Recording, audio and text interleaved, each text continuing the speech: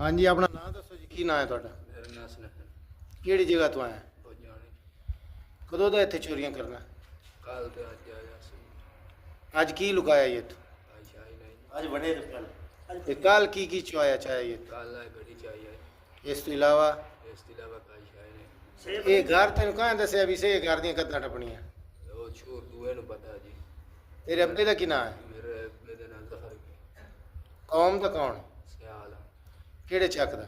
ਉਹ ਜਾਣੇ ਚਾਹ ਪਾਸ ਸਤੂਨ ਤੇ ਬਾਕੀ ਜਿਹੜੀਆਂ ਇਹਨਾਂ ਦੀਆਂ ਮੋਟਰਾਂ ਲਾਈਆਂ ਨੇ ਤੇ ਉਹ ਸਾਰਾ ਕੁਝ ਕਿਹਦੇ? ਉਹ ਮੈਂ ਜੀ ਕੋਈ ਨਹੀਂ ਲਾਈਆਂ ਜੀ।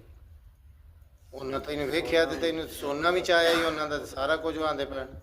ਮੈਂ ਜੀ ਆ ਘੜੀ ਚਾਹੀਏ ਜੀ ਹਾਂ, ਤੇ ਦੋ ਸੇਬ ਖਾਤੇ ਹਨ ਜੀ। ਅੱਛਾ।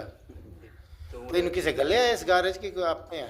ਉਹ ਛੂਰ ਹੈ ਦੁਆ ਮੁਦੱਸਰ ਜੀ, ਉਹਨੂੰ ਪਤਾ ਜੀ। ਤੇਰੇ ਨਾਲ ਹੋਰ ਕਿਤਨੇ ਬੰਦੇ? ਉਹ ਤੇ ਮੈਂ ਦੋਵੇਂ ਸੀ। ਦੂਆ ਦਾ ਕੀ ਨਾਂ ਹੈ? ਮੁਦੱਸਰ ਉਹਦੇ ਪਿਓ ਦਾ ਨਾਂ ਕੀ? ਉਹਦੇ ਪਿਓ ਦਾ ਨਾਮ ਵੀਰ ਹੈ। ਰਿਸ਼ਤੇਦਾਰ ਹੈ ਤੇਰਾ? ਹਾਂਜੀ ਰਿਸ਼ਤੇਦਾਰ ਉਹ। ਤੇ ਹਿੱਕੇ ਚੱਕਦੇ ਨੇ?